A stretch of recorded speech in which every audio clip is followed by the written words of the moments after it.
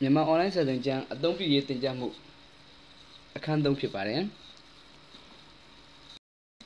အခုဒီအခန်း 3 မှာ wiki ရေးသားပြုပြင်ပြင်ဆင်ခြင်းအကြောင်းကိုပြောပြပါမယ်တစ်ချိန်တည်းမှာပဲရေးသားပြုပြင်ခြင်းနည်းအပြင် wiki ရဲ့သဘောတရားတွေကိုအနည်းငယ်ထည့်သွင်းပြောကြားမှာဖြစ်ပါတယ်ဒီမြန်မာ online စာသင်ခန်းရဲ့ဗဟိုစာမျက်နှာဖြစ်ပါတယ်login မပြုလုပ်ခင်မှာဆိုလို့ရှိရင်အခုလိုမိမိရဲ့ IP address ကိုပြသထားမှာဖြစ်ပါတယ် e-wiki ကိုပြုပြင်ရေးသားရမှာ login မပြုလုပ်ဘဲနဲ့ရေးသား၍ရရှိနိုင်ပေမဲ့လို့ login ပြုလုပ်ရေးသားသင့်ပါတယ်အကယ်၍ login မပြုလုပ်ဘဲရေးသားပါကမိမိရဲ့ IP address ကို record လုပ်ထားမှာဖြစ်ပါတယ်ထို့အပြင်အခြား setting အများအပြားကိုပြုပြင်နိုင်တဲ့အပြင်ပြောဆိုဆွေးနွေးရမှာလည်းအဆင်ပြေစေမှာဖြစ်ပါတယ်စတင်ရေးသားရန်အတွက်မှတ်ပုံတင်ဖြင့်ဝင်မှာသို့မဟုတ်မှတ်ပုံတင်ပြုလုပ်ပါခက်ကိုနှိပ်လိုက်ပါတယ်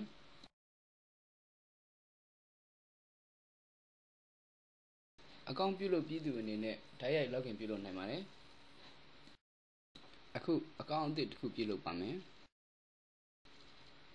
ခေါ်ဆိုလိုတဲ့မှတ်ပုံတင်အမည်ကိုရေးသားပါမယ်မြန်မာလိုလည်းရေးသားနိုင်ပါတယ်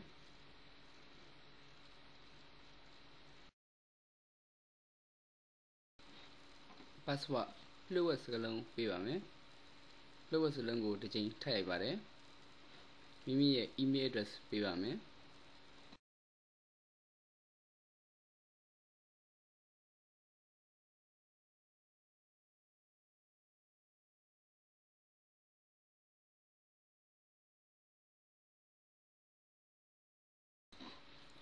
ကွန်ပျူတာတွင်မှတ်သားထားပါကိုရွေးချယ်ထားခြင်းအပြင်နောက်တစ်ခါ password ရိုက်ထည့်ပေးဖို့မလိုတော့ပါဘူး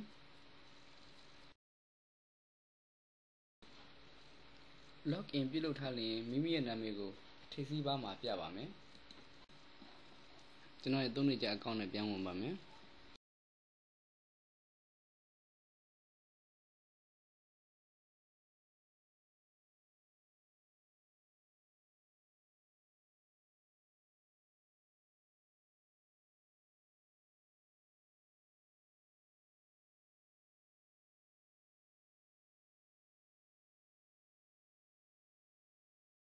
Wikipedia ကိုပြင်ဆင်ရေးသားကြရမှာတမင်သက်သက်လာရောက်ပြင်ဆင်ခြင်းထက်မိမိဖတ်ရှုနေသောအကြောင်းအရာမှာစလုံးပေါင်းမှားယွင်းခြင်းမမှန်ကန်ခြင်းကြည့်မကောင်းခြင်းတို့ကိုရှိနေသောကြောင့်ပြုပြင်ကြခြင်းဖြစ်ပါတယ်ဒီနေရာမှာအမေရိကန်နိုင်ငံဆိုတဲ့စကားလုံးကို wiki link လုပ်ထားတယ်လို့ယူဆပါတယ်စတင်ပြင်ဆင်ရန်အတွက်ပြင်ဆင်ရန်ဆိုတဲ့ link ကိုနှိပ်ပါတယ် link လုပ်လို့တဲ့အမေရိကန်နိုင်ငံစကားလုံးကို wiki link သင်္ကေတ4000ကိုနှစ်ချက်ခတ်ပါတယ်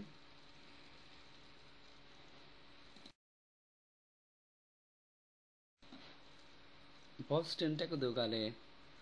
topic တစ်ခုအနေနဲ့ရှိနေတယ်လို့ထင်တဲ့အတွက် wiki link ထည့်ပါတယ်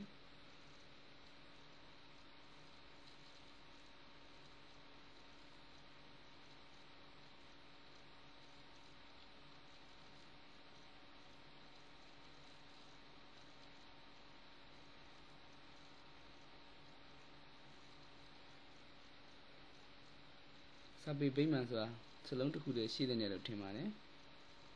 သူ့ကိုလည်း topic တစ်ခုအနေနဲ့ရှိနေတယ်လို့ထင်တဲ့အတွက် wiki link ထည့်လိုက်ပါတယ်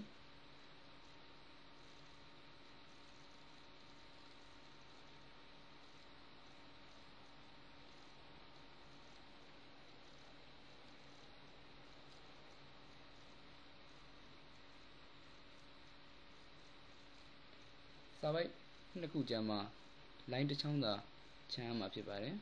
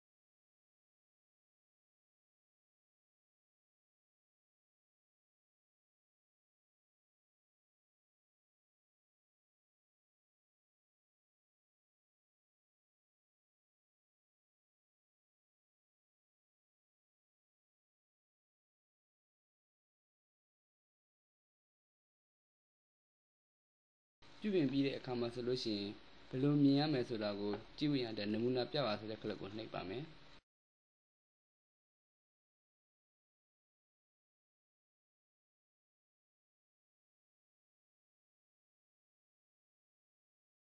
ထပ်၍ပြုပြင်နိုင်ပြီးစိတ်တိုင်းကြောက်တဲ့ခလုတ်ကိုနှိပ်ပါမယ်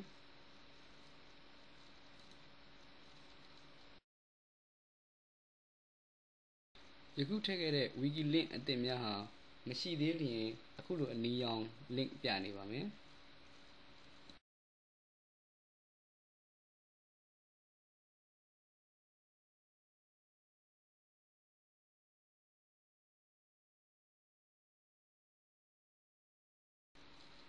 ရှာကြည့်တဲ့အခါမှာအမေရိကန်နိုင်ငံအကြောင်းရေးသားတာမရှိကြောင်းတွေ့ရပါတယ်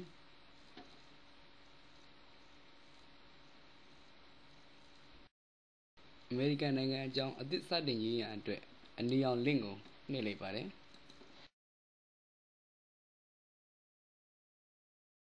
အခုလိုစာမျက်နှာအသစ်ဖွင့်ပေးမှာဖြစ်ပါတယ်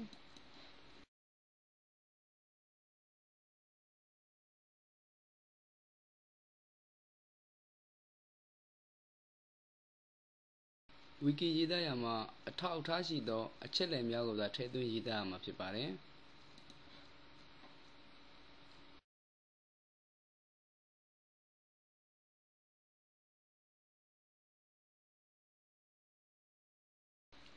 EN Wikipedia ကိုဘာသာပြန်ရေးသားခြင်းဟာအကောင်းဆုံးဖြစ်ပါတယ်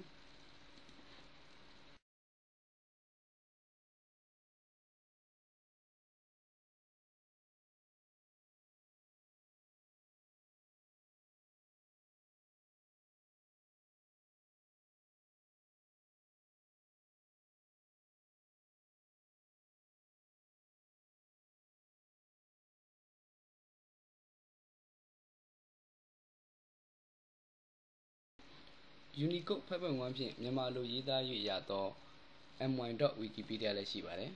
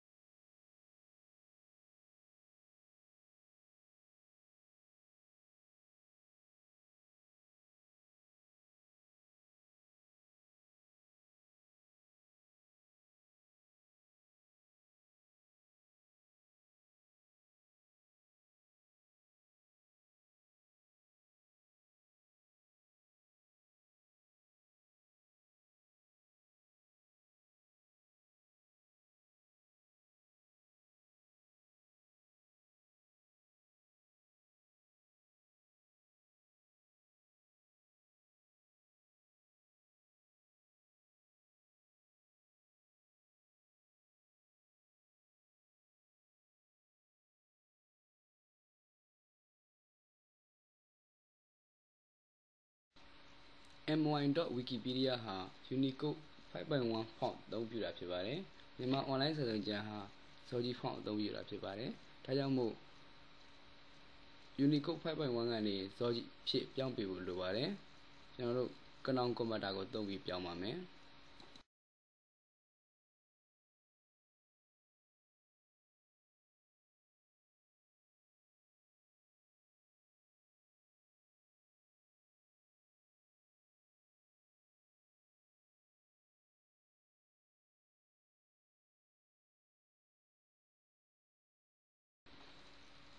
ကနောင် converter နဲ့ပြောင်းလဲပြီးတဲ့အခါမှာဆိုလို့ရှိရင် 100% မမှန်သေးတဲ့အတွက်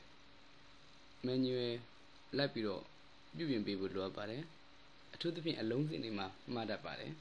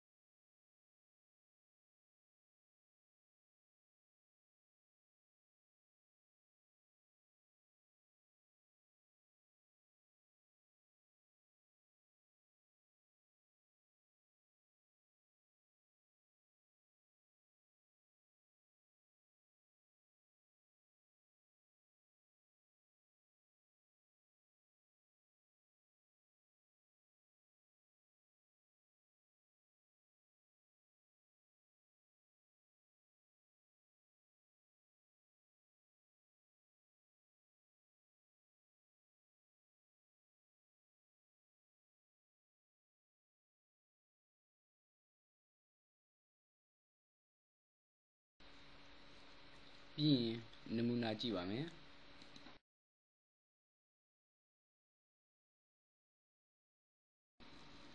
မြန်မာ online ဆိုတဲ့ချက်ဟာ SVG format နဲ့တိတ်အဆင်မပြေပါဘူးဒါကြောင့်မလို့ PNG format ပြောင်းပါမယ်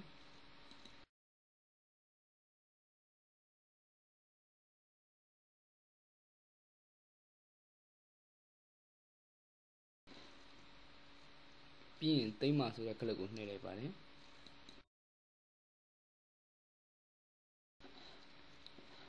ထို့နောက်လိုအပ်နေတဲ့ image တွေကိုဆက်ပြီးတော့ထည့်ပါမယ်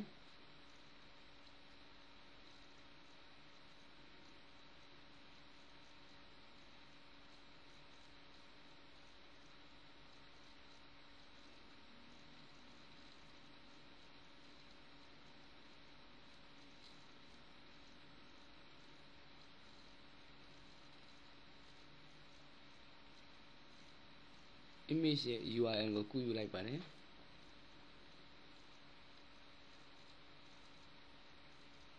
ထို URL ကိုထည့်လိုက်ပါတယ်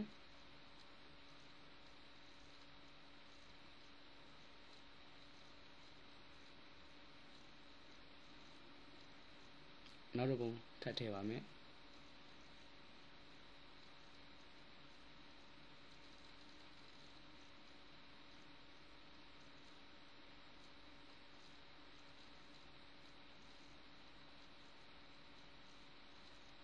ဒီပုံဟာ SVG ပုံဖြစ်လို့ direct ကူးယူလို့မရပါဘူးဒါကြောင့်မို့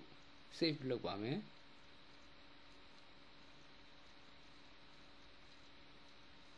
Wikipedia ရဲ့ SVG file တွေဟာ save လုပ်ရလို့ရှိရင် PNG format နဲ့ save လုပ်ပေးပါတယ်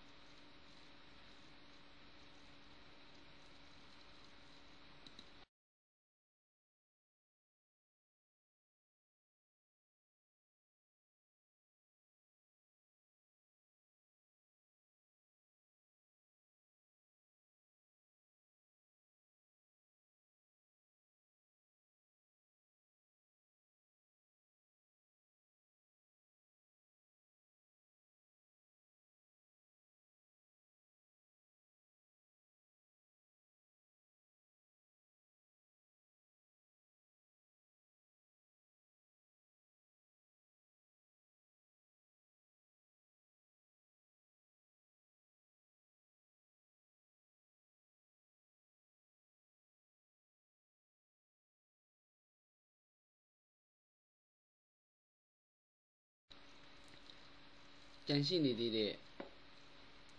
နိုင်ငံရဲ့ info box ကိုဆက်ထည့်ပါမယ်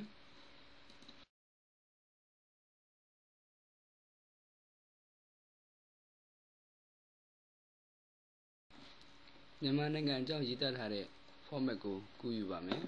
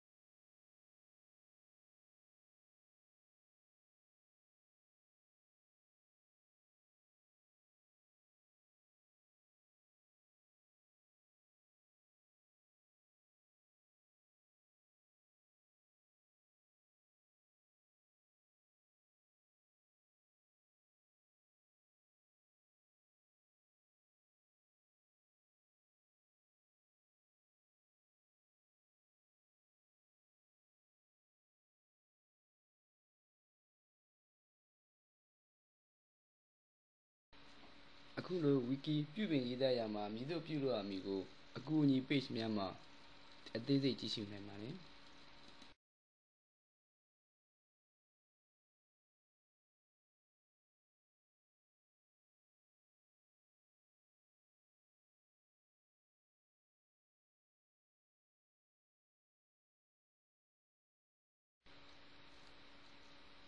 ထိုအကူအညီစာမျက်နှာများတွင်မိမိသိလိုတဲ့အကြောင်းအရာများမပါရှိပါကမေးမြန်းနိုင်ပါတယ်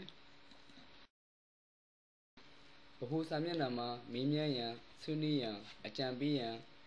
ဒါမှမဟုတ်စမ်းသပ်ရေးသားရန်လမ်းညွှန်တွေလမ်းစဉ်တွေကိုတွားရောက်ကြည့်ရှုနိုင်ပါတယ်မေးမြန်းချက်တွေကိုတစ်ရက်အတွင်းများသောအားဖြင့်နိုင်ရွယ်အတွင်းအကြောင်းပြန်လေးရှိပါတယ်ပြင်စရာရှိရင်ရဲရဲပြင်ချလိုက်ဖို့ရေးစရာရှိရင်ရဲရဲရေးချလိုက်ဖို့ဟာဒီ Wikipedia ရဲ့လမ်းစဉ်ဖြစ်ပါတယ်